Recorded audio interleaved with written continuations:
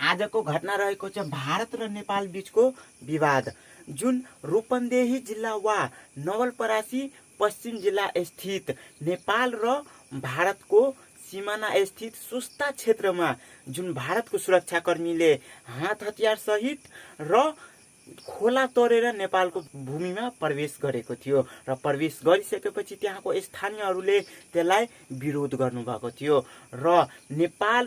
नेपालको भूमिमा भारतका सुरक्षाकर्मीहरूले हात हतियार सहित खोला तोडेर आइसकेपछि प्रवेश गरिसकेपछि त्यहाँको स्थानीयहरूलाई त्यसलाई विरोध गरिसकेपछि र उहाँहरूलाई नेपालको भूमिमा प्रवेश गर्नुको कारण सोध्नु भएको थियो र कारण सोधिसकेपछि त्यसको स्पष्ट जवाफ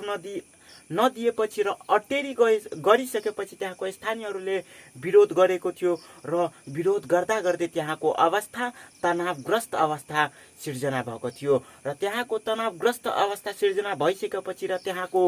स्थानीयहरूको चाप बढ्दै जाँदा त्यहाँको स्थानीयहरू र तनावग्रस्तको अवस्था बढ्दै जाँदा त्यहाँको स्थानीयहरूले भारतीय सुरक्षाकर्मीहरूलाई लखेटेर भगाउनु भएको थियो वा भारतको सुरक्षाकर्मीहरूले आफै पनि त्यहाँबाट फर्केर जानुभएको थियो हो। बारम्बार यस्तो बोर्डर स्थित वा सुस्ता क्षेत्रमा यस्तो घटना बढिरहेको हुन्छ र योभन्दा पहिला पनि यस्तो धेरै घटना भेटेको कारणले र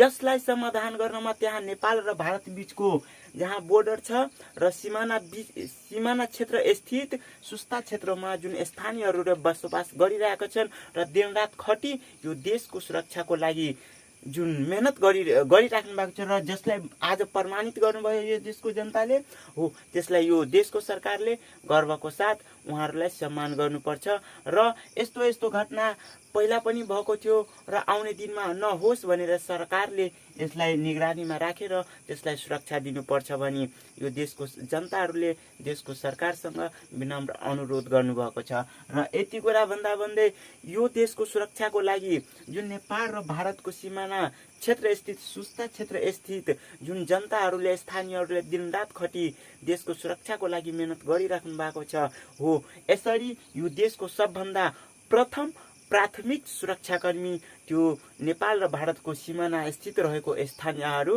रहेको र आज त्यसलाई प्रमाणित गरेर देखाउनु भयो हो। त्यो जनताप्रति त्यो स्थानीयप्रति यो देशको सरकारले गर्व गर्नुपर्छ।